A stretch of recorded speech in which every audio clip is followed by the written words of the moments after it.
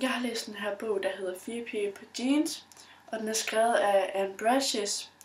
Der er 310 sider i den, og den er skrevet i 2001, og forlaget det er Romano Carlsen.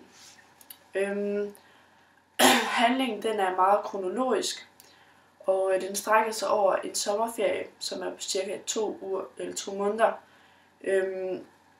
Men den foregår 4 forskellige steder. Den foregår i en by lidt uden for Washington D.C., hvor alle de her 4 piger bor. Så foregår den i Grækenland og i South Carolina og i Baja California, som ligger i Mexico. Og der er 4 piger med i den her bog. Der er Tebby, Bridget, Lena og Carmen. Og Bridget, hun er sådan meget energisk, og hun går rigtig meget på sit fodbold. Hun er meget sådan kendt i historien for sit lange lyse hår, som charmerer alle drengene til hende. Og Lena, hun er meget smuk, naturlig, men meget genert, og hun er rigtig klog, og så er hun rigtig dygtig til at male. Og Carmen, hun er fra Puerto Rico i Spanien, så hun har sit udseende derfra. Og hendes forældre, de er skilt, men hun bor hos hendes mor, hvor alle hendes veninder også er. Hun er rigtig, rigtig hjælpsom. Tibby, hun har sådan meget punk-stil, så man skulle umiddelbart tro, hun var sådan meget rå og sådan noget, men det er hun ikke. Hun er rigtig sød og barmhjertig og godhjertet og sådan noget, hvis man kommer til, når man læser lidt mere om hende.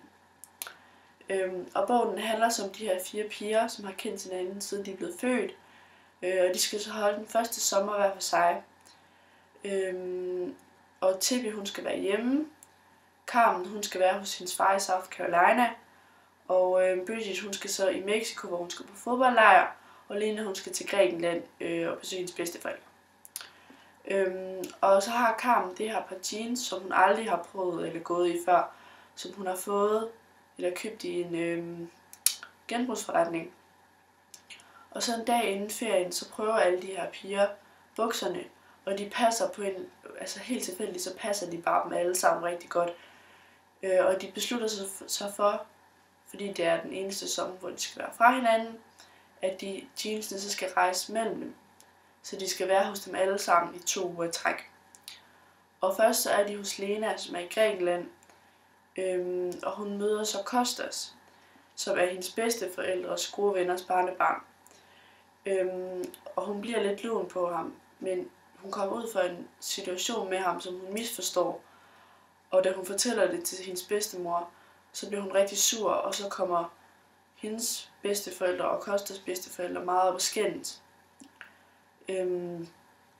Og så kommer de så til Tibby, og hun har mødt den her pige, der hedder Bailey, som er en lille pige på cirka 10-12 år, som har kræft, og hun vil rigtig gerne være med til at hjælpe Tibby med at lave den her film, som hun skulle lave. Og da Tibby så får ondt af hende, så får hun så lov til at være med i filmen. Og hos Carmen, hos hendes far, der er alt bare gået af sporet.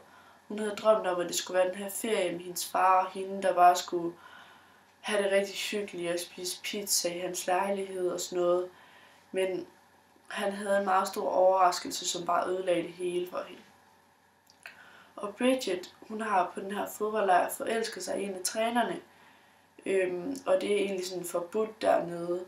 Men hun gør det alligevel, og hun sniger sig ud om aftenen for at være sammen med ham. Og hun prøver at gøre sådan, så hun får hans opmærksomhed, når hun spiller.